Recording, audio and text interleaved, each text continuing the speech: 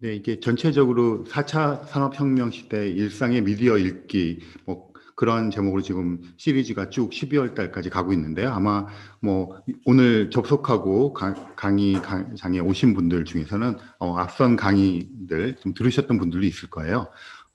이렇게 지금 진행을 하고 있고요. 제가 이제 오늘 요 앞쪽에서 조금 그 어떤 배경 설명을 드리고 오늘 제 이야기를 하려고 하는데요. 어, 이 부분이 되게 중요한 것 같아요. 그 미디어라고 하면 뭐 여러분들 뭐 잘 아시는 것처럼 그 기존에 전통적으로 있던 레거시 미디어가 있고 최근에는 이게 미디어인지 어떤지 구분하기 힘든 뭐 그런 것들도 굉장히 많이 생겨서 너무나 다양해졌잖아요. 다양해지고 그게 단지 어떤 종류만 는 것이 아니라 그것들이 가지고 있는 기술적인 기반 또 그것에 의해서 파생되는 이런 것들이 상당히 복잡하게 얽혀 있어서 그냥 단순한 전통적인 그 미디어 비평 또 전통적인 미디어 사용 방식으로는 이게 이해가 안 가는 것도 되게 많고요. 그다음에 그 어떤 걸 선택해야 될지도 모르겠고 뭐 이런 문제들에 그 전문가도 마찬가지고 일반인들도 그렇게 노출되는 것 같아요. 그, 그런 의미에서 그 이 과학기술과 이 미디어가 어떻게 얽혀 있는가를 그 조금 한번 살펴보는 게 굉장히 중요하다고 생각이 되고요. 그런 의미에서 그 연세대학교 교양교육연구소에서 이런 프로젝트를 마련하셨고, 그 저희 이제 과학재판 갈다에서 지금 송출을 하고 있는데요.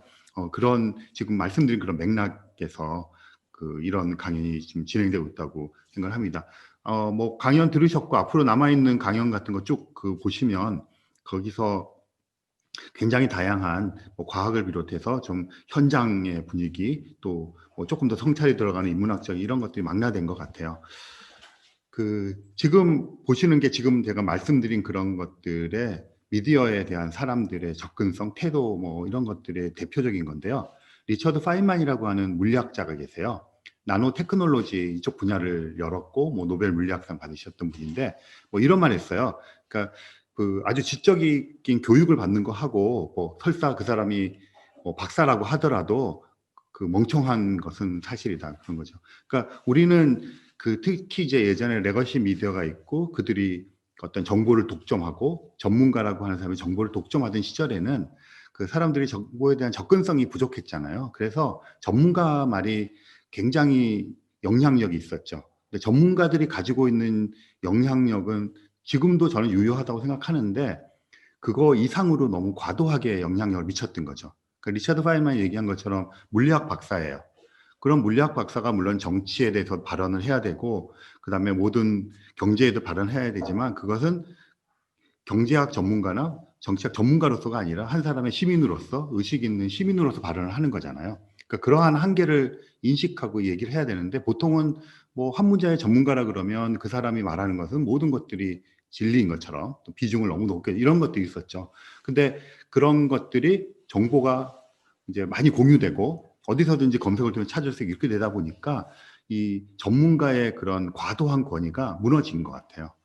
무너져 있어서 그 이제 실체를 알기 시작한 거죠. 그리고 그 어떤 분야의 전문가라는 것이 폭넓게 모든 것을 다 알고 있는 게 아니라 어떤 좁은 분야를 아주 깊이 있게 그 하고 연구하고 또 발언할 수 있다는 것을 알게 되면서 이 전문가라고 하는 것에 대한 것들이 많이 달라지게 되고 그게 그냥 미디어에도 완전히 그 투영이 되어 투사가 되는 것 같아요. 그러다 보니까 그전에는 이 전문가 집단이 어떤 이야기를 해도 그걸 검증할 방법이 없었어요. 그리고 그냥 대체로 또 믿는 편이 뭐 총체적인 진실에 가까이 가는데 도움이 되었었는데 뭐 요즘은 아시는 것처럼 가짜 뉴스, 그다음에 이제 오, 오보도 굉장히 많아요. 그러니까 이게 이제 전체적으로 그 뭐라 그럴까요? 정보가 많아지는 것이 항상 좋은 것은 아니잖아요. 정보가 너무 많다 보니까 그 정보를 일일이 다 팩트 체크할 수도 없고 어 그리고 그런 것들을 확실하게 그 들어서 확인할 수 있는 전문가 집단이라고 하는 것도 예전처럼 어떤 특정한 집단이 아니라 아니게 되고 이러니까 오보가 많아진 것 같아요. 그리고 가짜 뉴스도 되게 많아지고 그래서 이렇게 되니까 일반인들 입장에서는 굉장히 혼동스러운 거죠. 그리고 혼동스러운데 아주 원론적으로 말씀을 드리면 일반인들이 이런 걸 이제 알고 팩트 체크하고 뭐 이런 걸 다 해야 되는데 그렇게 하는 거를 이제 그전에 레거시 미디어라든가 전문가 집단이 걸러줬던 거잖아요. 그래서 우리는 뭐 한 20%의 노력을 들여서 그냥 총체적인 진실에 다가가는 건데, 지금은 우리가 한 80%의 노력을 들여야 그들이 전문가라고 하는 사람들, 또 미디어라고 하는 곳에 있는 것들을 우리가 죽도록 노력을 해야지 알까 말까고 그것도 막 헷갈리는 거예요. 그러니까 이게 굉장히 힘들어졌죠. 그러다 보니까 이게 다시 돌아오는 것 같아요. 이게 다시금 전문가 집단의 중요성이 저는 또 중요했다고 보는데, 그게 저희에 나온 게 팩트체크. 뭐 얘기 들으니까 팩트체크 인터내셔널 대회도 있다 그러더라고요. 그러니까 이게 우리나라 지부에서 하는 그것도 있어요. 이게 모아가지고 팩트체크 대회를 해서 국제대회를 나가는 겁니다. 근데 사실은 전문가 집단과 이런 레거시 그 미디어 집단에서 팩트체크는 기본이었던 거잖아요. 당연히 그걸 하고 그거에 대한 믿음이 있었는데, 그래서 이게 참 혼란스러워져서, 그러다 보니까 미디어 리터러시라는 단어가 되게 중요해진 거고요. 그럼 우리는 어디까지 어떻게, 그러니까 이게 두 가지인데, 어디까지 우리가 해야 되고 어느 쪽을 믿어야 되는가, 뭐 이런 문제들이 제기가 되어서 그냥 단지 전통적인 방식의 미디어를 수용하는 것은 안 되고, 결국 미디어를 수용한다는 것은 굉장히 세상에 대해서 내가 어떤 굳건한 태도를 가져야 된다, 이렇게까지 오게 되니까 오히려 굉장히 기본적인 그런 폭넓고 기본적인 소양이 중요해진 것 같아요. 그래서 과학에서도 사실은 여기는 미디어 리터러시라고 했지만, 이게 어제 그 원병묵 교수님이라고 연체 물리학이라는 걸 하시는 분인데요. 이분이 페이스북에다가 이런 걸 올리셨더라고요. 그러니까 리터러시라고 하는 게 번역을 하는데 이제 보통 문해력이라고 번역을 하잖아요. 근데 이게 미디어에서만 지금 이렇게 그 이야기되고 심각성을 느끼고 이런 것이 아니고 온 분야에서 그런 것 같아요. 그 보통 이제 통상적으로 리터러시 그러면 그 글을 읽고 해석하는 이런 문해력인데, 수학을 이해하는 것도 그냥 수학을 푸는 게 문제가 아니라 수학적인 맥락을 이해하고 그런 것을 수해력이라고 부른대요. 전 처음 들었거든요, 이번에. 그리고 과학 문해력이라는 거 많이 쓰거든요, 저희가. 사이언스 리터러시라고. 근데 사이언티픽과 사이언티픽 리터러시와 사이언스 리터러시가 또 다르세요. 그러니까 과학이라는 거를 어떤 태도와 소양으로 배우는 것과 과학적인 사실을 인지하는 것. 그리고 여기 좀 보시면 뭐 많잖아요. ICT 리터러시도 있고, 퍼넨셜 리터러시도 있고, 컬처럴 리터러시도 있어요. 그러니까 되게 일반인들이 피곤해진 거예요. 이거를 다 감당해야 되는 거죠.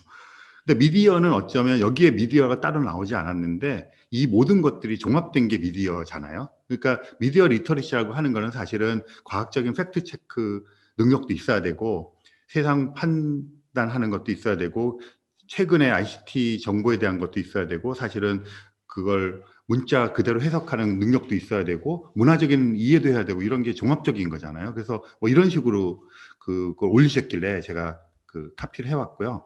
근데 이게 이런 연구들이 되게 많이 되어 있나 봐요. 그래서 오늘은 뭐 제가 이런 연구를 소개하는 자리는 아니기 때문에 그런데, 여기도 보면 파운데이셔널 리터리시라는 단어가 굉장히 광범위하게 쓰이고 있더라고요.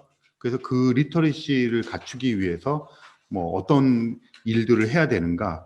근데 그래서 그걸 하나하나 이렇게 봤더니 결국은 굉장히 고전적인 거예요. 여기도 지금 7번에 보시면 크리티컬 싱킹이라고 하는데, 이게 뭐 책 읽고 토론하고 글쓰기 하는 거에 비판적 사고력을 늘리자, 이런 게 다 아주 기본이잖아요. 그러니까 결국은 이 리터러시를 강조한다고 강화한다는 것은 커뮤니케이션 능력도 기르고 판단력도 키우고, 그런 모든 것의 기저에는 이런 크리티컬 싱킹, 비판적 사고 능력이 있게 되는 거니까, 결국 다시 돌아와서 기본이 충실해서 균형 있게 세상을 바라보고 그런 그 판단을 주체적으로 할 수 있는 사람을 길러내자. 그게 미디어 리터러시를 갖추는 것이다, 이렇게 되는 것 같아요. 그래서 이번 그 강좌 시리즈가 제가 처음에 그 시리즈에서 이렇게 내세우는 문구를 보여드린 것처럼, 어떻게 보면 굉장히 전통적인 방식으로 보면 뭐 이런 것까지 여기서 같이 이야기를 해야 되라고 생각하는 것들을 굉장히 폭넓게 포괄했다는 것은 지금 아주 적절한 그런 미디어 리터러시 방향인 것 같아요.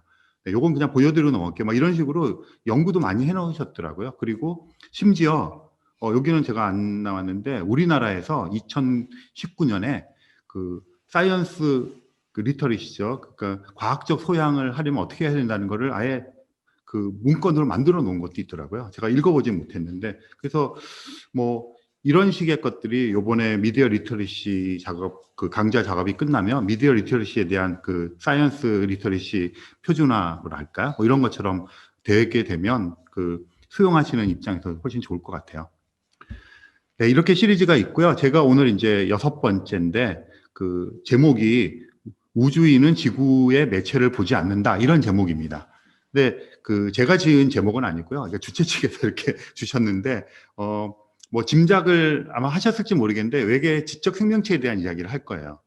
근데 우주인은 지구의 매체를 보지 않는다, 이런 제목을 가지고 제가 얘기할 텐데 그 외계 지적 생명체와 어떻게 그 뭐라 그럴까요? 이렇게 소통할 수 있는가? 어떻게 그들의 흔적을 볼 수 있는가? 이런 것, 그런 문제인데 그 제목을 이렇게 지어주셔서 이걸 고민을 하다 보니까 그 외계 지적 생명체에게 우리가 메시지를 보내는 작업을 하기도 하고요. 메시지를 받아 분석하기도 하는데 이게 어떤 의미에서는 그 미디어라고 했을 때는 어떤 대상과 대상 사이에서의 어떤 커뮤니케이션을 전제로 하는데 그 보통은 지금 대상이 있는 것끼리의 커뮤니케이션을 하는 거잖아요. 근데 이제 이것을 넘어서서 지금 우주인, 외계인이라고 하는 것은 그 아직 존재가 확정됐거나 확인된 적이 없어요. 그러니까 가상의 존재거든요. 그러니까 가상의 존재인데 우리가 상상할 수 있는 가상의 존재예요. 상상하고 싶은, 그러니까 우리 같은 지적 능력을 가지고 있는 어떤 그 지구 바깥에 살고 있는 어떤 존재와 우리가 그들과 어떤 통신을 하자, 교류를 하자, 이런 거거든요. 그러면 그런 교류를 할 때 교류를 하게 되는 중간에 프로토콜이 있을 텐데 뭐 그런 게 이제 미디어겠죠, 매체겠죠. 그런 걸 통하는데 이제 질문이, 근본적인 질문이 있는 거죠. 과연 우리가 표출하는 그런 매체를 통해서 그들이 인지할 수 있을까? 그리고 그들이 표출하는 그 미디어를 우리는 알아차릴 수나 있을까? 이런 근본적인 문제가 있거든요. 그래서 이게 미디어 그 리터러시의 궁극적인 끝이 외계인과의 소통일 것 같아요. 그래서 그런 관점에서 좀 말씀을 드려보려고 합니다. 제가 이제 그 외계 지적 생명체 이야기를 하는 것은 처음에 이제 소개해 주실 때도 매티 인터내셔널이라는 조직이 있는데요. 그러니까 외계 지적 생명체를 이제 연구하는 그런 국제 조직이에요. 거기서 저는 이제 그 자문역을 맡고 있고요. 여기서는 이제 외계 지적 생명체에게 보내는 메시지 같은 것들을 어떻게 만들까 하는 연구를 해요. 그래서 과학자가 한 반이고요. 나머지 여기도 보시면 그 문학하신 분도 있고 많이 있는데 이게 그 기호 논리학 또 문학하시고 이런 분들이 모여서 그 지구상의 언어 체계도 연구를 하고요. 그다음에 뭐 돌고래라는 침팬지와의 교류도 연구를 하고 뭐 기계 비평 같은 것도 하고 이래서 그런 것들을 가지고 외계 지적 생명체와 이렇게 소통해 보려고 하는 노력을 하는 그 집단이 있습니다. 그래서 뭐 그런 관점에서 계속 이제 외계 지적 생명체에 대한 이제 과학적인 노력에 대해서 관심을 제가 갖고 있었죠. 두 부분으로 나눠서 말씀을 드릴 거예요. 첫 번째 부분은 외계 지적 생명체가 보냈을지도 모르는 신호를 우리가 어떻게 찾을 수 있을까? 두 번째는 우리가 이제 메시지를 만들어서 보내거든요. 그럼 보내서 알아차리라고 보내는데 그러면 알아차리도록 우리가 보내야 되는데 궁리를 많이 했어요. 그래서 보냈던 것들을 이렇게 보여드리면 지금 현재 지구인들이, 지적인 지구인들이 그 외계 지적 생명체를 가지고 찾기 위해서 하고 있는 가상의 어떤 대상을 향해서 날리고 있는 그런 미디어적인 요소들에 대한 이야기가 될 것 같아요. 그 제일 좋은 방법은 뭐든지 직접 가서 확인을 하는 거거든요. 그 뭐 사실 어떤 우리가 매체를 통해서 어떤 걸 정보를 받지만 제일 좋은 거는 그 매체를 통해서가 아니라 그 당사자를 직접 가서 만나서 얘기를 직접 들어보면 너무나 좋은 거죠. 근데 그거는 뭐 그 대부분의 사람들에게 가능한 일이 아니죠. 정말 이렇게 몇 단계를 거쳐서 오고 심지어는 그 사실을 우리가 파악할 수 있는 게 아니라 그것들이 몇 단계를 거쳐오면서 해석된 것을 우리가 인지하고 그 해석된 걸 오히려 풀어서 해석되기까지 오면서 덧붙여진 것들을 다 걷어내서 진실이 무엇인가를 파헤쳐야 되는 입장인데 그 외계 지적 생명체의 탐구도 마찬가지예요. 이게 직접 가서 보면 좋은데 너무 멀고 접근성이 떨어지기 때문에 그렇게 할 수가 없죠. 그 얼마나 뭐냐 하면 이렇게 말씀을 드릴 수 있을 것 같아요. 그 인류가 가서 직접 가본 유일한 천체가 달이거든요. 그 달까지 빛으로 가면 1.3초가 걸려요. 근데 빛이 1초에 30만 킬로미터를 가기 때문에 그것을 우리가 가지고 있는 아폴로 당시 11호 로켓을 타고 가면 3일이 걸립니다. 그래서 왕복 일주일짜리 여행이거든요. 그리고 올해가 화성하고 지구가 이렇게 굉장히 근접한 시기예요. 그래서 그 화성으로 가는 탐사선들을 올해 쐈거든요. 7월 달이 적기여서 7월 달에만 3대가 발사가 되었어요. 아랍에미레이트가 발사했고요. 중국이 발사했고 미국이 발사했고. 왜 그때만 하냐면 이게 이제 서로 돌다 가까워졌을 때 쏴야 금방 가지. 이게 너무 멀리 있으면 가기는 가죠. 그렇지만 너무나 돈이 많이 들고 거리가. 이번 7월 달이 이게 지금 근접한 것이고요. 지금도 밤에 뭐 한 8시, 9시 나가서 그냥 남쪽 하늘 이렇게 남동쪽 훑어보시면 빨간 별이 하나가 보일 건데 그게 지금 화성이에요. 가까이 왔으니까 크게 보이고요. 그러니까 밝게 보입니다. 그리고 지금 정도 밝기는 한 15년 정도 후에 다시 재현될 거예요. 그래서 했는데 거기까지는 이렇게 제일 가까이 온 올해 7월에 발사한 게 내년 2월에 도착을 해요. 근데 이게 1초에 20km를 가는 로켓이에요. 그러면 지금 저희가 과학책방 갈다에서 있는데 여기서 1초 만에 뿅 하고 일산이나 분당을 가는 그 정도 속도로 제일 가까운 거리로 날아가는데 7, 8개월이 걸리는 거거든요. 그다음에 명왕성이라는 거 있잖아요. 지금은 이제 그 행성에도 퇴출이 당했는데 명왕성까지 그 유호라이즌스라고 하는 탐사선이 발사가 되어서 2009년에 발사가 되어서 2015년에 도착을 했어요. 그 1초에 한 20km 가는 거로. 그 다음에 보이저 1호라고 하는 게 지금 우리가 만든 인공 구조물 중에서 제일 멀리 나갔거든요. 그러니까 명왕성 궤도의 한 4배 정도를 가고 있어요. 이게 1977년에 발사가 됐거든요. 그러면 꽤 오래 됐는데 명왕성 궤도의 4배 정도를 가고 있어요. 그럼 잘 가고 있는데 우리가 살고 있는 게 태양계잖아요. 태양이 가운데 있고 명왕성이 있고 명왕성 바깥에도 작은 천체들이 있어요. 그래서 작은 천체들이 있는 곳에 더 멀리 나가서 그 우리 태양계의 진짜 끝이라고 할 수 있는 곳을 오르트 구름이라고 부르는데요. 한 번도 가본 적은 없어요, 아직. 근데 거기는 이렇게 해성이 되는 얼음 알갱이들이 수없이 모여서 태양계를 둘러싸고 있을 거라고 생각하고 있어요. 그러니까 오르트라고 하는 네덜란드 천문학자가 예측을 한 거예요. 그러니까 예측 어떻게 했냐면 굉장히 주기가 긴 해성들이 온 방향에서 오는 거예요. 근데 대략 한 3만 년 정도 주기로 온 방향에 와서 그러면 이런 해성들이 오는 해성들의 고향이 있을 거다. 그래서 그걸 오르트 구름이라고 했어요. 그런데 이 해성들의 속도가 20km에서 40km 정도예요. 1초에. 네, 그러니까 보이저호가 그 오르트 구름에 도달하면 한 3만 년은 더 가야 되는 거죠. 그러니까 너무 멀어요. 그러면 근데 이제 과학자들이 보니까 우리 태양계 내에는 뭐 금성의 대기라든가 화성의 지하라든가 뭐 유로파라고 하는 목성의 위성이라든가 타이탄 엔셀라스라고 하는 그 토성의 위성들의 그 땅 속에서 생명체가 박테리아 같은 게 있을 것 같다고 되게 기대를 하고 있어요, 지금. 근데 우리 같은 지적 생명체는 태양계 내에는 없는 것 같아요. 거의 99.9%. 그렇다면 태양계 바깥에서 외계인을 만나야 되는데 태양계 끝까지 가는데 3만 년이 걸렸잖아요. 태양계가 제일 가까운 다른 태양계가 있는데 빛으로 4년을 가야 돼요. 그런데 그까지 가려면 지금 보이저 로켓으로 가면 한 8만 년 정도 걸려요. 그러니까 UFO를 타고 외계인들이 막 온다는 것을 기대하기가 너무 힘든 거예요. 거리 때문에. 물론 다른 이유들도 있어요.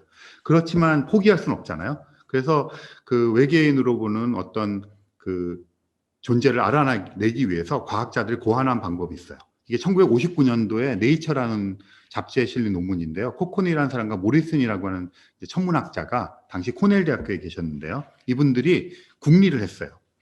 어떤 궁리를 했냐면 우리를 생각해 본 거죠. 뭐 이 논문에는 뭐 우리를 생각해서 이런 얘기는 안 나오지만 우리를 생각해 보니까 예를 들어서 이 당시라고 쳐도 되고 그냥 지금이라고 칩시다. 그러면 1901년도쯤으로 생각이 되는데요. 그 상업적인 전파 신호가 처음 나갔어요. 그 다음에 1930년대 베를린 올림픽하고 그 1939년에 미국 뉴욕에서 있었던 국제 만국 박람회를 통해서 그 텔레비전 브라운관이 전 세계적으로 퍼지기 시작했어요. 그 다음에 핸드폰인 지 한 40년 된다 그래요. 그 초기 버전까지 치면. 그래서 핸드폰, 라디오, 텔레비전 이런 것들이 사실은 전부 다 전파, 송신과 수신하는 거거든요. 그리고 전파는 빛이기 때문에 빛의 속도 날아가요. 그래서 이런 생각을 한 거예요. 그 한 100년 전에, 150년 전에 외계인 천문학자들이 지구를 관측을 했으면 지구로부터 나오는 텔레비전, 라디오, 핸드폰 신호가 없었을 거예요. 단지 지구는 그 태양의 전파를 반사했기 때문에 이런 걸 자연 전파 신호라고 부르는데 그것만 봤어요. 근데 지금 외계인 천문학자들이 지구를 관측하면 자연적인 태양의 전파 신호를 반사하는 신호 이외에 어떤 걸 보냐면 라디오, 텔레비전, 핸드폰은 또 삐져나오는 인공적인 전파 신호를 보는 거예요. 그럼 거꾸로 우리가 가보진 못하지만 막 널려있는 그 외계 행성이라고 있거든요. 지구랑 비슷한 애들도 많이 있고 자기네 어떤 별 옆에 행성들인데 그런 행성들 중에서 좀 지구랑 좀 비슷한 애들을 골라서 뭐 비슷하지 않은 것보단 비슷한 애들이 이제 약간 개연성이 높다고 생각하는 거죠. 그런 것들을 전파 망원경을 가지고 찾아보자. 찾아서 그 자연적인 전파 신호를 다 없애는 거예요. 제거하는 거죠. 그러고도 어떤 신호가 남아있으면 인공적인 전파 신호라고 의심할 수 있는 거잖아요. 그래서 그런 전략을 쓴 거예요. 그래서 이 전파 망원경이라고 하는 어떤 통신수단, 매체를 통해서 외계 지적 생명체 존재를 찾아보려고 시도를 한 거죠. 네, 그 시도를 이제 했는데, 그래서 처음에 이름을 이렇게 붙였어요. 그 외계 지적 생명체 탐색 프로젝트 이름을 CETI라고 붙였어요. Communication with Extraterrestrial Intelligence.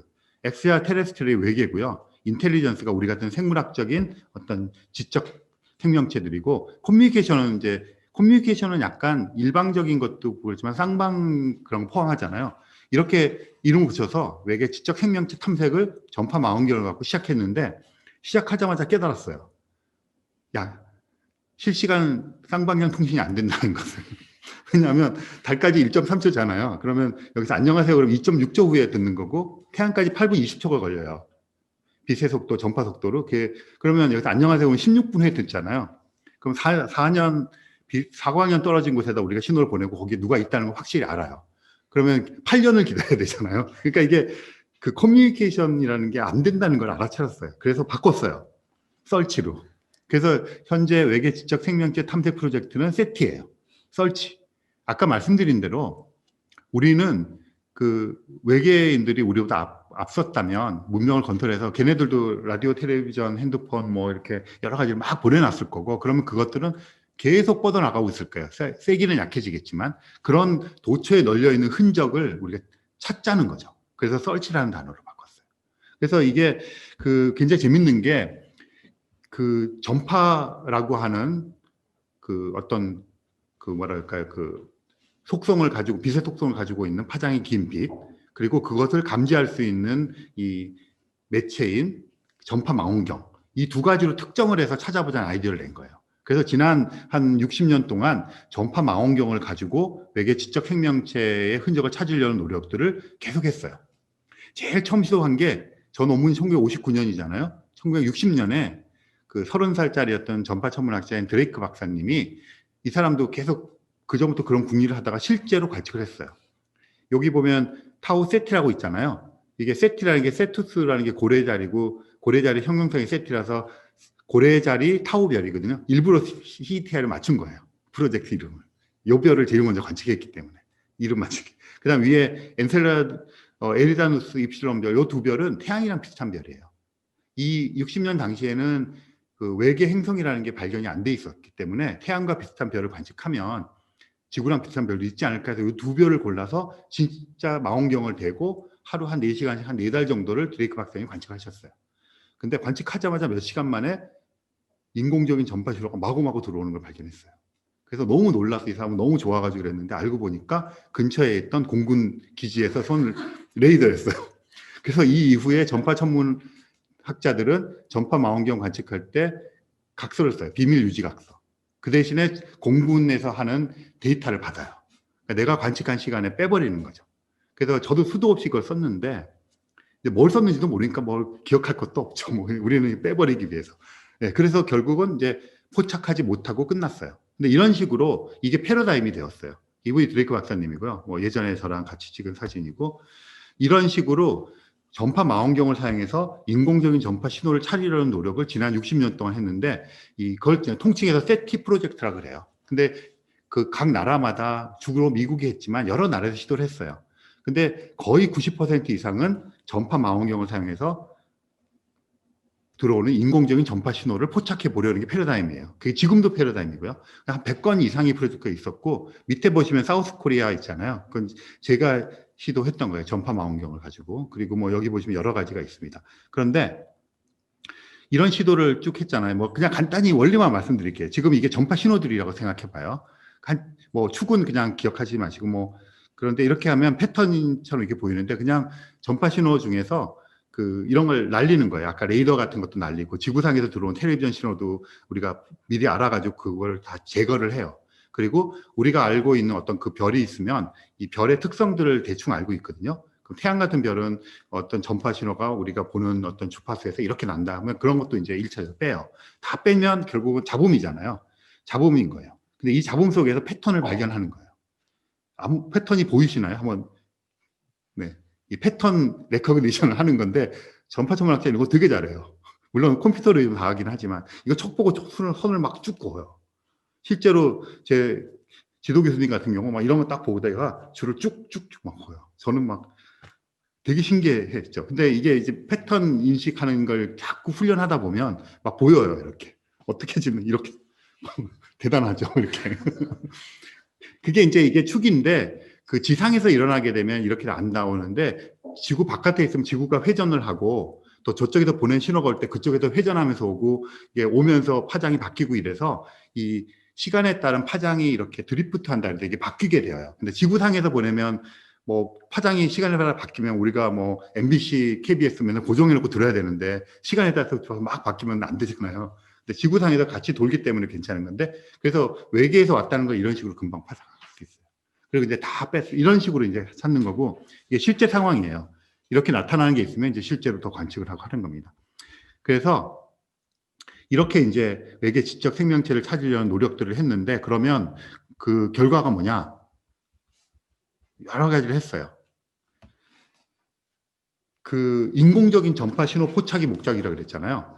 그러면 이제 그 과정은 아까처럼 지구 안에서 오는 거는 다 제외하는 거죠. 그 지구 바깥에서 오는 거는 지구 바깥에서 오는 게 특성이 있어요. 지구가 일정하게 자전을 하고 있기 때문에 저쪽에서 온 것들이 어떻게 드리프트 되는가 이런 것들이 기초적인 게 있어서 그런 제한 조건들을 다 주는 거거든요. 그럼 그 다음에 이제 그 별을 관측한 별의 특성도 빼주고 해서 그 공군으로부터 데이터 받아서 또 빼고 방송국을 받아 빼고 다 빼고 났는데도 불구하고 뭔가가 남으면 이제 외계 지적 생명체가 보낸 인공적인 전파 신호 후보라고 불러요. 그런 걸 한 5, 6천 개가 있어요. 되게 많은데 그 중에서 가장 유명한 게 이 와우 시그널이라고 부르는 거예요. 이거는 이거 발견한 천문학자가 와우라고 써놨어요. 너무 신나서. 근데 이게 뭐냐면 숫자가 써 있잖아요. 이게 시간이 이렇게 쭉 흐르면서 차트 레코더 같은 막 숫자가 찍히는 거고요. 여기 이제 숫자가 안 써 있는 건 그냥 잡음이에요. 그리고 숫자가 있는 거는 전파의 세기예요.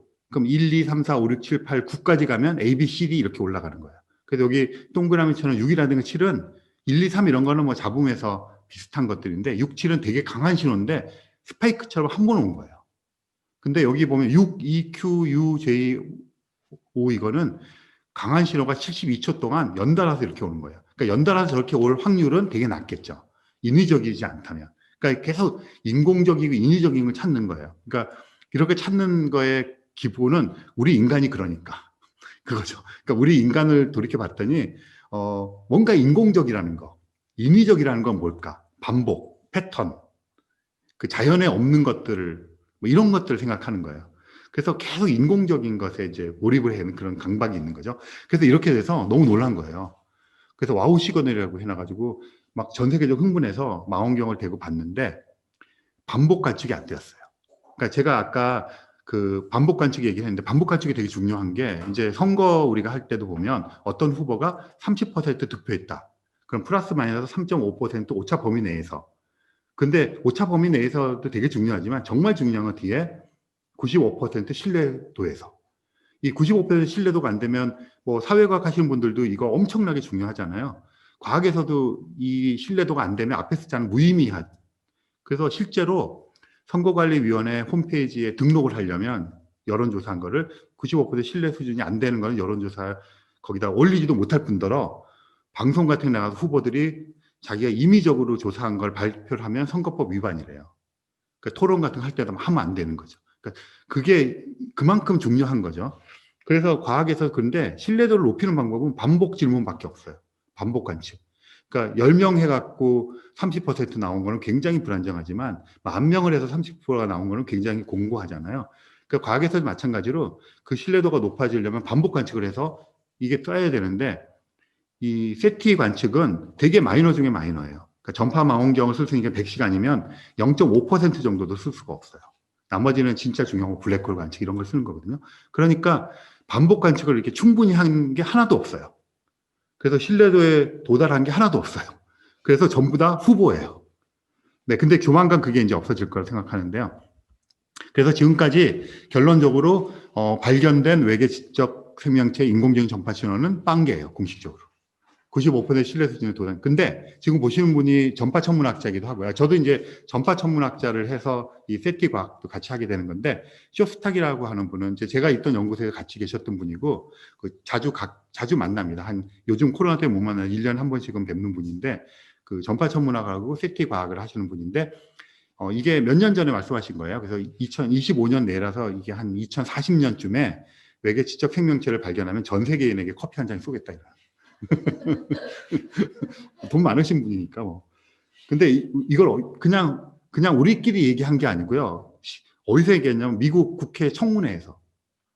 미국 국회는 그 외계인 청문회를 지금까지 3번 했어요. 가장 최근에 2016년. 그러면 이제 여기 리튼 텍스트잖아요. 컨그레스 테스트머니에다 하기 위해서 다 쓸 거 아니에요. 쓸 때 지금 제가 말씀드린 것 같은 이런 얘기를 여기다 되게 논리적으로 요약해서 쓰시는 거예요. 그 제출하고 선서하고 그럼 이제 상원의원이 물어보죠. 외계인 언제 발견해요? 하고 물어보면 이분이 제가 주절주절 떠들었던 것처럼 쭉 떠들면서 2040년이라고 얘기를 해요. 그럼 그 2040년에 발견한다는 의미가 뭐냐 하면 외계인을 우리가 조우한다는 얘기가 아니고요. 2040년이 되면 지금 우리가 가지고 있는 망원경, 전파 망원경, 그 다음에 그것을 세티 프로젝트에 쏟아 넣는 시간, 그 다음에 투입되는 인력, 그 다음에 전체 그런 외계 행성 중에 몇 개의 지적 생명이 있을 것 같다고 하는 가정, 이런 걸 다 집어넣어서 어림짐작을 해서 개연성 있게 해보면 2040년이 되면 우리가 가지고 있는 그 후보들을 반복 관측하고 있는데 그 중에서 한 개가 95% 신뢰 수준에 도달한다는 거예요. 그러면 그것은 후보 신호인데 지구상 어디에서 온 것도 아니고 딴 데서 온 것도 아니고 그럴 거라고 하는 것에 대한 과학적인 신뢰도에서는 이야기할 수 있는 거잖아요. 그러니까 그런 의미에서의 한계예요. 근데 물론 모든 사람이 동의하진 않아요. 여기 있는 분들이 다 유명한 세티 과학자들인데 2026년, 2046년 한 분이 2100몇 년을 하니까 그 가정들이 다 불확실하잖아요. 근데 이제 관건은 그런 식의 것이 도달해야 과학자들은 받아들이는 거니까 뭐 기대를 한번 해보죠. 그렇게 하기 위해서 전략적으로 관측을 하고 있어요. 이렇게 하고 있고요. 근데 좋은 소식이 들려왔는데 지금 보시는 게 유리 밀러라고 하시는 분이 2016년도에 세티 프로젝트에 1억 달러를 기부하셨어요. 우리 돈 1,200억 원. 그래서 10년 동안 그러니까 2026년까지죠. 10년 동안 기존에 해오던 방식대로 그대로 세티 관측을 해봐라. 그래서 이 돈을 받아서 지금 뭘 하고 있냐면요. 놀고 있거나 경영이 어려워진 전파 망원경을 시간을 사요. 관측 타임. 그래서 세티 과학에다 집중적으로 집어넣고 있거든요. 지난 60년 동안 했던 것보다 훨씬 더 많은 관측을 할 수가 있어요. 그러니까 그 말은 신뢰도를 높일 수 있고 반복 관측을 할 수 있기 때문에 쇼스타크 박사님이 얘기한 대로 그렇게 가정하고 했는데 발견 못하면 신뢰도 높였는데도 안 될 수도 있잖아요. 그렇게 되면 이제 전략을 다시 짜야 되는 거죠. 근데 어쨌든 조금 전에 제가 쭉 말씀드렸던 이런 패러다임을 지금 한 5년 진행됐고 앞으로 5년 진행될 이 프로젝트를 통해서 가부간에 체크해서 확정할 수 있다는 데까지 와 있다는 게 되게 중요해요. 이렇게 되어 있습니다. 그렇게 되면 이 전파 망원경이라는 미디어를 통해서 우리가 하고 있는 전략이 과연 옳은 전략인가, 앞으로 더 투자할 만한 것인가에 대한 이야기를 체크해 볼 수 있는 거죠. 그럼 미디어를 바꿀 수도 있는 거고 이렇게 되어 있습니다. 그러니까 차라리 이런 얘기, 여기 호킹 박사님 계신데 호킹 박사님 이런 데 다 긍정적으로 참여하시지만 궁극적으로 호킹 박사님은 이렇게 생각하시는 거예요. 그러지 말고 빨리 우리가 기계인간이 되어서 로켓을 타고 스위치를 끄고 10,000년 동안 날아가고 뭐 8만 년 날아가서 직접 보자 이런 거죠. 그러니까 이런 전략이 지금 우습지만 지금 인공지능 로봇 나오고 인류가 기후 위기라든가 여러 가지 위기에서 이런 생물학적 몸뚱아리로 버티기 힘들다는 생각을 많이 하니까 그렇다면 우리가 다루는 매체를 바꿔야 되는 거 아니야? 이런 얘기들이 굉장히 심각하게 나오고 있어요. 그렇게 하고 있습니다. 네. 그 다음에 이제 메시지 보내는 것으로 넘어가겠습니다. 아까 제가 메티 인터내셔널이라는 조직의 그 자문역이라고 말씀을 드렸는데요. 세티는 서치입니다. 찾는 거고, 메티는 메시징 투. ET에게 메시지를 보내자 이런 겁니다. 그래서 적극적으로 보내야 되는데 우리는 지금 그들은 어떤 식으로 메시지를 보냈을까에 대한 증거는 없어요. 하지만 우리가 알고 있는 과학기술의 어떤 단계, 또 우리가 우주 보편적이라고 생각하는 거, 예를 들어서 빛이라고 하는 것에 대한 속성을 알아내는 거 우주 보편적이라고 생각하는 거거든요. 그 다음에 이제 어떤 신호를 보내는 체계 같은 것들 얘기할 때 십진법은 보편적이 아닐지 모르지만 1, 0, 뭐 언오프가 있는 이진법은 우주 공통적일 것 같고, 그 다음에 조금 더 지적인 생명체라면 약간 우주적인 넘버들이 있잖아요. 원주율, 뭐 이런 거. 그 다음에 프라임 넘버, 소수, 자기 자신과 이런 거 나눠주면서 이런 것들. 그러니까 그런 것들을 통해서 통신해보자 하는 이제 가정을 하는 건데, 메시지를 보낼 때도 알아듣게 보내야 되는 거잖아요. 그래서 그런 작업을 많이 합니다. 그래서 예전에 직접 보낸 것도 있어요. 지금 보시는 게 파이어니어 10호, 11호의 모습인데 이런 동판을 붙였어요. 이거는 그냥 이 로켓의 그 표면에다가 이렇게 동판을 보냈어요. 1972년, 73년에 2대가 날아갔는데 여기 보시면 그 사람의 모습이 있고요. 사람 뒤에 있는 게 이 우주선의 모습이에요. 그리고 밑에 보면 태양 큼직하게 있고요. 하나, 둘, 세 번째가 지구인데 거기서 저런 로켓 보냈다 하는 거 보여주는 거고요. 그리고 맨 위에 있는 게 안경처럼 생긴 게 있잖아요. 수소예요. 근데 이게 자세히 확장해서 보시면 화살표가 다르거든요. 스핀이라고 부르는 성질이 있어요. 그러니까 스핀이라는 성질이 이제 수소에 있는데 스핀이 바뀌는 거예요. 그러니까 스핀이 바뀐다는 건 상태가 변하기 때문에 스핀이 바뀔 때 여기서 방출선이 나와요. 에너지가 상태가 변하니까 에너지를 방출해서 이걸 이제 에너지를 보존시켜야 되니까 그게 나오는 게 1420MHz고요. 전파 영역이에요. 그래서 실제로 그 외계 지적 생명체 관측할 때 1420MHz가 매직 넘버 같은 거예요. 그리고 수소는 전 우주에서 질량으로 75%를 차지해요. 그러니까 저거는 우리가 수소의 스핀이라고 하는 성질도 알고 있다. 우리가 저 정도로 지적으로 뛰어나다는 걸 보여주는 거예요. 그렇죠. 그게 이제 한 종이 동판 하나에다가 모든 지구의 걸 때려 넣으려니까 이렇게 굉장히 상징적인 거죠. 그리고 굉장히 지구적이고 인간적인 거죠. 그렇습니다. 그리고 그 다음 게 중요한데요. 이 로켓이 어디서 날라왔는가를 밑에서 보여줬잖아요. 근데 태양을 알 리가 없잖아요. 그래서 여기 보시면 그 약간 방사선처럼 나가는 게 14개의 펄사라고 하는 천체인데 이 펄사는 1초에 1000바퀴를 돌기도 하고 1초에 한 바퀴를 도는 별이에요.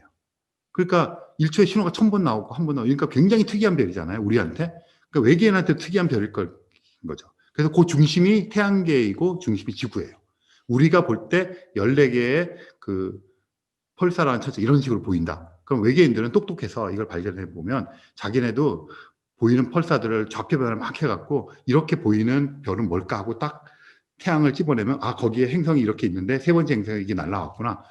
그리고 이렇게 수소도 스핀도 알 정도 똑똑하네 이렇게 알아차리라는 거예요. 네. 그러니까 이런 것들이 되게 원시적이지만 그 당시 할 수 있었던 그런 어떤 외계인에게 보내는 이제 이런 어떤 물리적인 미디어를 사용한 거죠. 이게 발전이 되어서요. 1977년에 아까 제가 보이저 1호라는 것이 태양계 외곽으로 나가고 있다는데 이 보이저에 여기도 보면 금색으로 동그랗게 있는 건데 좀 발전을 시켜서 보이저 골든 레코드라는 것인데 LP판 3장을 보냈어요. 여기도 보시면 익숙한 것들 있죠. 그 펄사 우주 지도예요 일종의. 그리고 그 수소 그리고 여기 이제 LP판이니까 바늘도 보냈어요. 3장의 LP판인데 금속 LP판으로 담금질을 잘해서 6억 년을 견딜 수가 있어요. 우주 공간에서 영하 270도 공간에서 그렇게 합금을 한 거예요. 그리고 이건 뚜껑이고요. LP판 3장인데 거기에 뭘 넣냐면 이렇게 생긴 거고요. LP판이고 거기다가는 뭐 사용법 그 다음에 인사말 여기 안녕하세요도 있죠. 각국 인사말들을 녹음을 해가지고 LP판에다 녹음을 시켜놨고요. 그 다음에 소리 뭐 이런 기차 소리, 뭐 침팬지 소리, 어린 아이가 우는 소리, 지구의 소리, 그다음 지구의 음악. 안타깝게도 한국 음악은 안 들어가 있어요. 그다음에 뭐 베토벤도 들어와 있고 뭐 그렇습니다. 그다음에 이미지들 이런 것들. 그러니까 지구를 대표하는 뭐 이런 것들을 집어넣은 거예요. 그러니까 이게 일종의 외계 지적 생명체에게 메시지를 보내는 매티 행위인 거예요. 물리적으로 보냈는데 저걸 진짜로 받아들일 거라고 예측하기보다는 어떤 의미에서는 지구인들이 어떻게 외계인들과 소통하고 싶어 하고 어떤 미디어를 사용하고 싶어 하는 것들을 보여주는 어떤 단서인 거죠. 그러니까 결국은 이런 행위를 한다는 것은 외계인과 접촉하겠다는 원대한 꿈이 있지만 결국은 우리 자신이 누구인가를 체크해 보는 작업인 거죠. 우리를 알아야 우리랑 소통할 사람과의 프로토콜을 찾는 거죠. 그러니까 지금 보내드리는 건 이제 메티의 외계지적 생명체에게 메시지를 보내는 역사가 길다 하는 걸 보여드리는 건데요. 피타고라스 정리 있잖아요. 저거를 저런 식의 구조물을 짓고 거기다 불을 지르자고 하는 아이디어가 칸트라는 철학자로부터 나왔었어요. 칸트는 달에 외계인이 살고 있다고 굳게 믿었었어요. 그 당시 사람들이 많이 그렇게 믿었어요. 그래서 달까지 사다리 막 블레이크 가는 이런 그림도 있고 막 이러잖아요. 그래서 어떻게 했냐면 거기에 있는 외계인들이 지구에도 어떤 지적 생명이 살고 있다는 걸 보여주기 위해서 시베리아 벌판에다가 엄청나게 큰 구조물을 만들어서 불을 태워서 그걸 보고 알아차리는데, 그러면 뭘 알아차리게 하는 게 좋으냐? 피타고라스 정리를 알게 하자 한 거예요. 그래서 저 피타고라스 정리를 엄청 실현되지 못했어요. 그렇게 한 거죠. 그러니까 그때도 수학이라고 하는 것이 우주 보편적으로 언어는 아닐 거 아니에요. 그러니까 약간 그런 어떤 자연의 원리 이런 것이라고 생각을 이렇게 했죠. 그 다음에 지금 밑에 보시면 뭐 깜빡깜빡해서 까만 동그라미에서 이렇게 하는 건데, 메시지를 보낼 때 위에 보이는 이런 식으로까지 하고 더 나아가서 그 다음에 칸트 이후의 사람도 어떻게 했냐면 불을 그냥 마냥 지르지 말고 불을 지를 때 마치 카드 섹션 하듯이 깜빡깜빡해서 위에 보이는 거 패턴으로 해서 가리키자는 거예요. 깜빡하면 이거 1이고 깜빡깜빡 2고 그러면 1, 그 다음에 땡땡땡은 더하기면, 그래서 이런 식으로 깜빡 해가지고 이게 보고 계속 반복해서 보고 있으면 이거 1, 이거 이거는 더하기 1 더하기 2는 3, 이거 가리켜서 우리 가리킨 다음에 우리를 알려주자는 거예요. 그러니까 이게 참 요번에 이제 이런 생각을 안 해봤는데, 미디어 리터러시 생각하면서 계몽하는 미디어 같은 것들이다. 딱 그 외계인을 계몽해갖고 우리 알아차리게 하자는 그런 시도들을 했던 거예요. 그래서 이런 식으로 보냅니다. 결국은 0101 이런 식으로 보내고, 쉽게 아까 그 패턴 레커리션 한 거 보이면 항상 소수로 보내요. 신호를 보낼 때. 그리고 3차원을 복잡하게 2차원으로 보내는데, 그럼 소수는 자기 자신과 1로만 나눠주는 수잖아요. 왜 그렇게 보면 35 이렇게 보내는데 두 가지가 있죠. 5, 7, 35니까 5 곱하기 7로 펼치는 방법이 있고 7 곱하기 5로 펼치는 방법이 있어요. 신호를 이렇게 보냈거든요. 그래서 이렇게 펼치면 5 곱하기 7로 할 때 이렇게 딱 패턴이 나타나고 7 곱하기 5이 흩어지겠죠. 그래서 소수로 하면 소수가 이렇게 곱해진다는 거, 소수 곱하기 소수로 보내면 이런 식으로 알아차리라는 거죠. 외계인들이.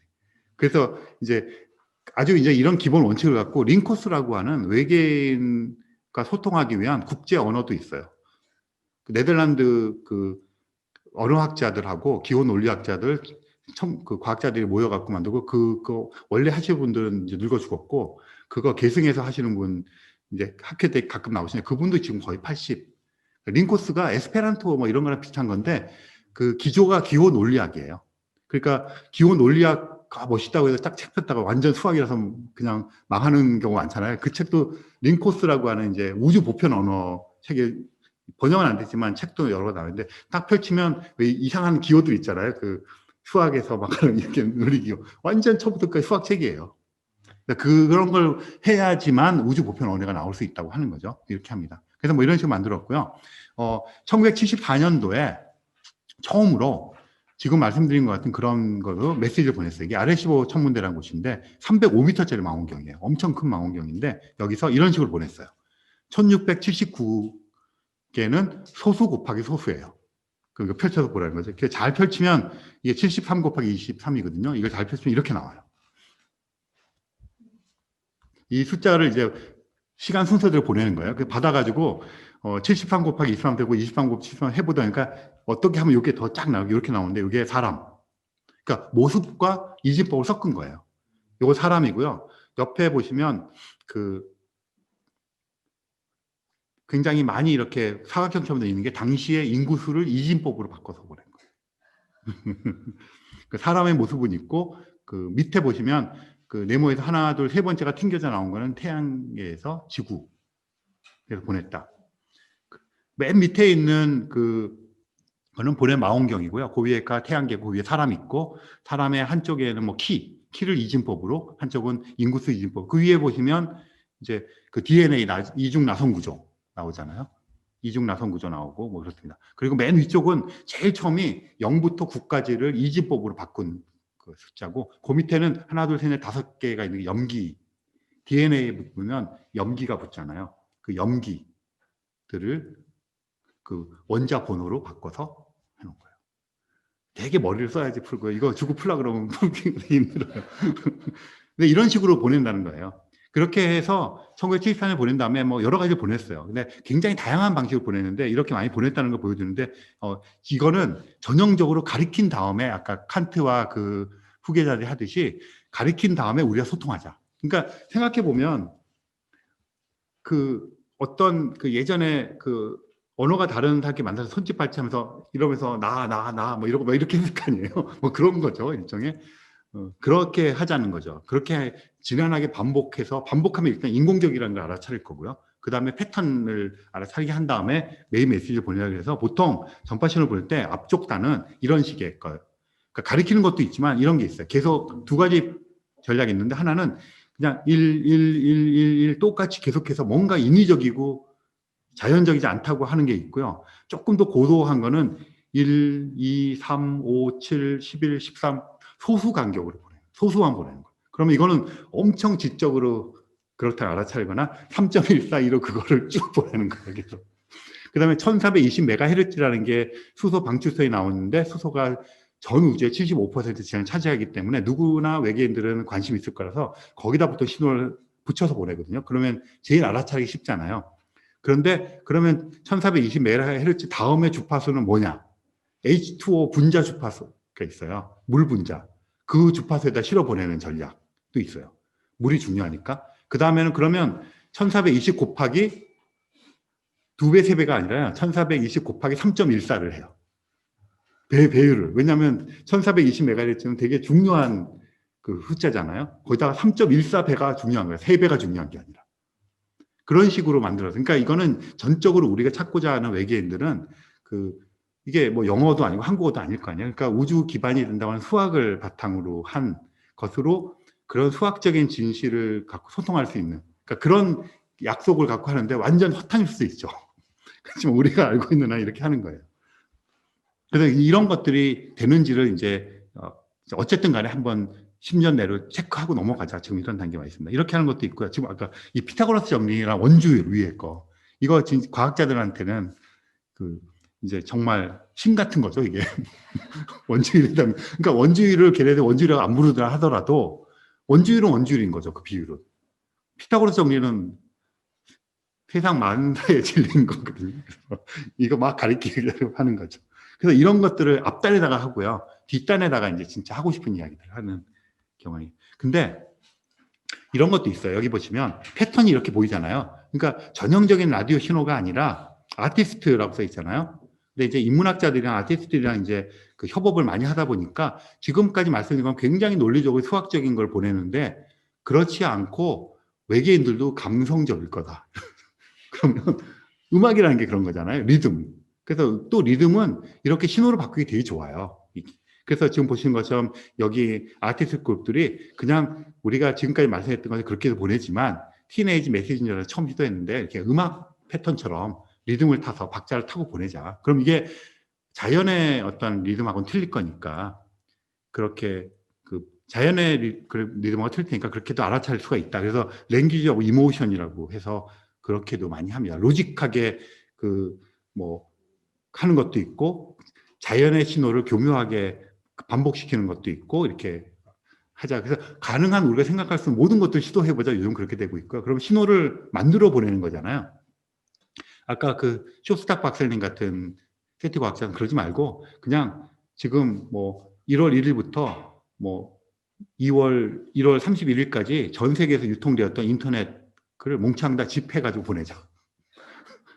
왜냐하면 뭔가 우리가 지금 하는 거는 뭔가 특이하고 인공적이고 뭔가 돌아가고 있다는 거를 인지시키는 거잖아요. 그러면 이렇게 막 고민해가지고 하는 거는 그 다음에 소통할 때 문제고 그러지 말고 진짜 우리를 알아줘요. 막 이렇게 하기 위해서는 제일 좋은 게 뭐냐. 지금 막 돌아다니는 빅데이터, 인터넷 몽창 모아서 그냥 코딩 해가지고 보내버리자. 자주. 그러니까 그런 전략을 쓰자고 하는 게 있어서 논쟁 중이에요, 사실. 그 다음에 또 이런 게 있어요. 누가 보낼 것인가? 누가 대표해서 보내지, 지구를? 그전에는 이게 드물었기 때문에 과학자들이 주로 보내고 방송사에서 보낸 적도 있어요. 북극성을 향해서 보낸 적도 있고, 거기다가 어크로스 유니버스 비틀즈 노래 실어서 보낸 거 그랬거든요. 근데 하여튼 사기로 판명이 났어요. 남반구에서 보냈거든요. 북극성이 안 보여요. 그냥 이벤트를 한 거예요. 막 북극성이에요 막 이러면서 사람 또 그랬는데 이제 그래서 나중에 다시 했어요. 그래가지고 하여간 그래서 메시지를 그러면 개인이 아무나 보내도 되느냐, 막 개인이 보낸 것도 있어요. 그래서 그런 거에 대한 논쟁도 좀 있습니다. 그래서 이런 거 많이 보냈어요. 그리고 이거는 또 어떤 게 있냐면 헬로 프롬 얼스 해가지고 일반인들한테 뭐 트위터나 이런 거에서 받아가지고 그걸 다 인코딩해서 쭉 모아서 보낸 거죠. 뭐 사랑의 외계인 막 이런 것도 있고 뭐 이런 거 있고. 그다음에 얼스 스픽스라는 게 있는데 이거는 보내지는 않고 보내고 싶은 걸 모아가지고 알카이브를 해서 이렇게 인터넷에 전시를 하는 거예요. 이 사람들은 어떻게 생각하냐면 보내는 게 되게 위험하다고 생각해요. 하지만 보내고 싶은 욕구가 있어요, 사람. 그러니까 모아서 이렇게 우리가 뭘 보낼까 해서 자기들끼리 막 토론하고 이렇게 해서 하는 얼스 스픽스. 이거 가지고 이제 아티스트랑 같이 저희 협업도 많이 해서 했거든요. 이걸 하다 보면 사람들이 무슨 얘기를 하고 싶은지, 무슨 얘기를 듣고 싶은지. 그러니까 이게 외계 지적 생명체를 포착하고 그들에게 메시지를 보낸다는 것이지만 아직은 모르는 상대잖아요. 그래서 그들을 알기 위해서는 거의 유일한 게 우리가 알고 있는 지적 생명체가 우리니까 우리를 더 분석을 해야 되는데 알고 보니까 우리가 우리에 대해서 아는 게 별로 없는 거죠. 그래서 이 작업을 통해서 사실은 우리 자신에 대해서 굉장히 많이 알게 되었어요. 그래서 지금 아까 말씀대로 이거 우리 그것뿐 아니라 지금 돌고래, 침팬치, 대왕 오징어 같은 지적 생명체들과 이런 프로토콜을 가지고 대화할 수 있는 거. 지금은 인공지능들 그런 것들 연구를 많이 하고 있어요. 그래서 지금 보시는 것처럼 여기 이거는 뭐 보낸 건지 아시겠죠? 인간의 네, 게놈 지도 그놈 그 서열을 보냈어요. 쫙 보냈어요. 똘똘한 받아갖고 짝 해갖고 만들어줘 뭐 이런 건지 어쨌든 그럼 이런 거 보내도 되느냐 막 이런 논쟁도 있잖아요. 네, 그렇게 됩니다. 그 다음에 아까 와우 시그널이라는 거 있다 그랬잖아요. 1977년 8월 15일 날 온 신호고 지금까지 갖고 있는 가장 강력한 신호가 그거고요. 그거랑 비슷한 신호가 한 2억 개 더 있어요. 그래서 근데 그날이 공교롭게 저는 이렇게 뭐 검색은 안 해봤는데 그럴 거라고 믿어요. 엘비스 프레슬리가 죽은 날이래요. 가수. 그래서 엘비스 프레슬리 추종자들은 엘비스 프레슬리가 죽은 게 아니라 외계인들이 그런 신호 보내고 납치해 갔다고 생각하고 있어요. 그래서 그날이 되면 그 신호가 온 데에 가서 막 노래도 막 있어요. 유튜브 찾아보시면 막 이렇게 우리 앨리스 돌려줘, 엘비스 돌려줘 막 이러고. 그래서 결국 2012년에 아까 전파 망원경 아르시보 전파 망원경에서 이 와우 시그널이 왔던 그쪽을 향해서 우리가 답장을 보냈어요. 이건 과학자들이 모여가지고. 그렇습니다. 이렇게 하고 있고. 뭐 이런 식으로 시그널들이 많이 있고, 지금 이제 위키 찾아보시면, 액티브 세티, 뭐 메티 이렇게 찾아보시면 지금까지 보낸 별들이에요. 거기다 어떤 프로젝트에서 어떻게 보내니까 해서, 근데 문제는 도착하는데 시간이 걸리잖아요. 20광년 떨어져 있으면 지금 보내도 2040년에 도달하는 거예요. 그래서 지금 쭉 보시면, 얼라이벌 타임 보시면, 도달한 것도 있어요.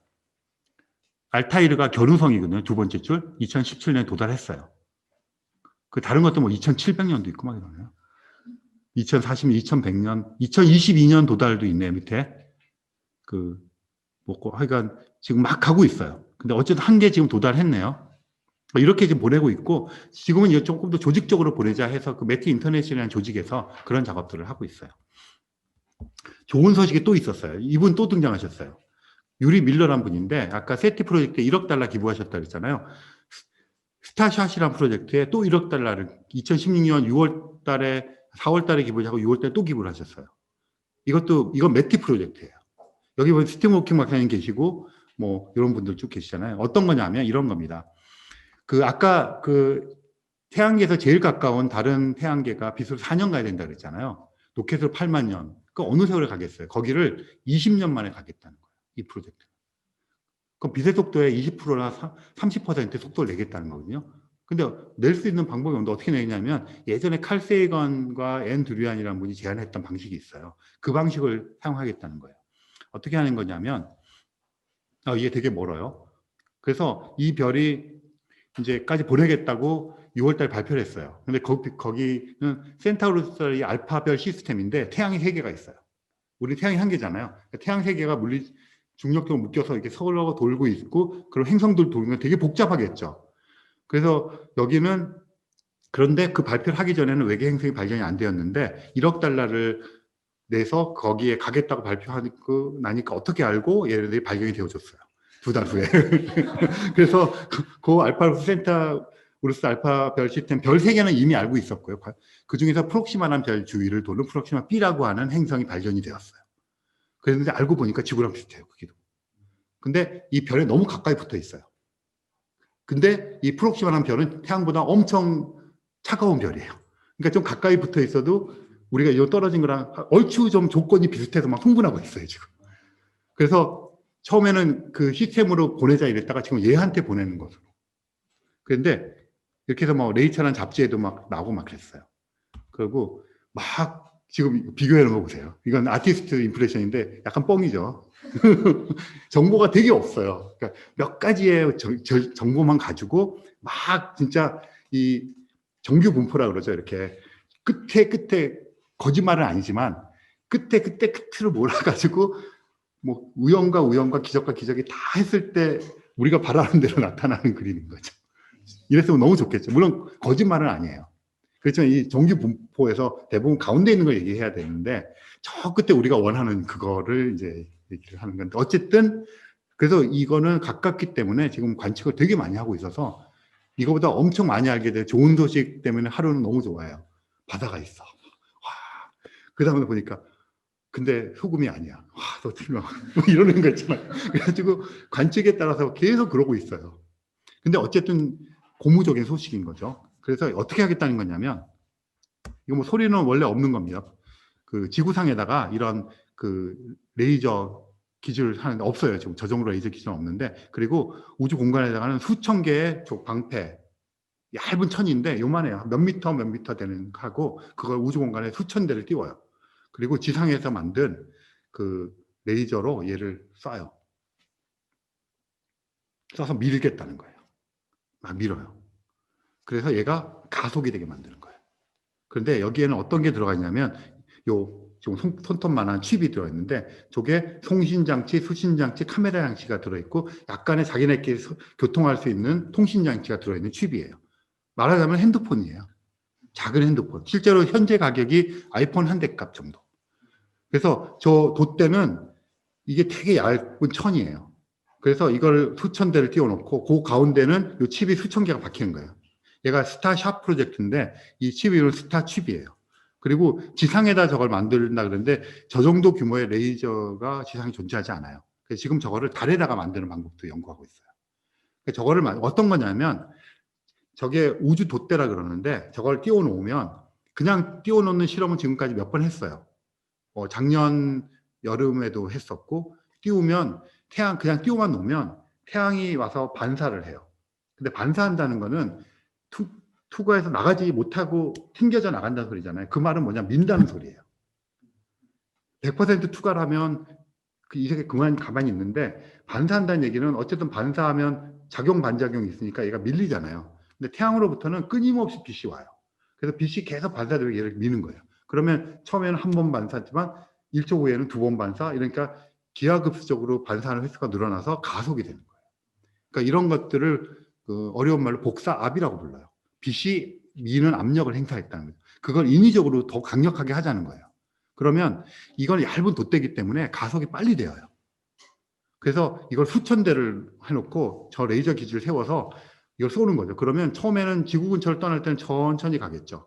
이게 태양계 외곽 쪽쯤 가면 빛의 속도의 20%, 25% 속도까지 가속이 되는 거예요. 그러고 태양계 내에서는 갈 때 태양계 내도 거의 진공 상태지만 이게 빨리 달리면 입자 같은 거 부딪히면 깨져버리고 난리 나잖아요. 근데 태양계 바깥쪽쯤 가면 태양계 안쪽에 행성이 모여있거나 뭐 소행성 모여있고 이런 것처럼 이것도 되게 복잡하지 않은 곳이긴 하지만 가면 거의 진공이에요. 그리고 오른쪽으로 아까 제가 막 많다 그랬는데 막 뽀글뽀글 있는 게 아니고 하나와 하나 사이의 거리가 엄청 멀어요. 이게 엄청 먼 거를 이렇게 엄청 멀리 감싸고 있기 때문에 엄청 멀기 때문에 영화에서 보듯이 만날 확률은 없고요. 영화에서 특히 왜 소행성대 같은 데가 있어요. 화성이나 목성 사이에. 거기 로켓 지나갈 때 막 부딪히고 빠져있는데 그리 수도 없이 많은 로켓을 보냈지만 부딪힌 적이 없어요. 보이지도 않아요. 너무 멀어서. 그러니까 한 500m짜리 돌덩어리가 뭐 한 10,000km 거리를 떨어지고 뭐 이런 식이에요.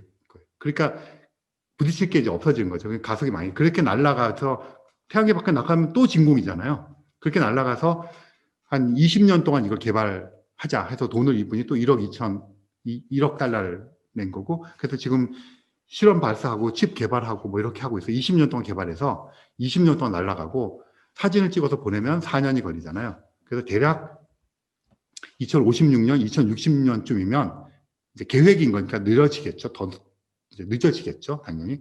그렇지만 이제 만들어서 보내는데 수천 대를 보내기 때문에 날아가다 좀 없어지고 깨져도 상관없어요.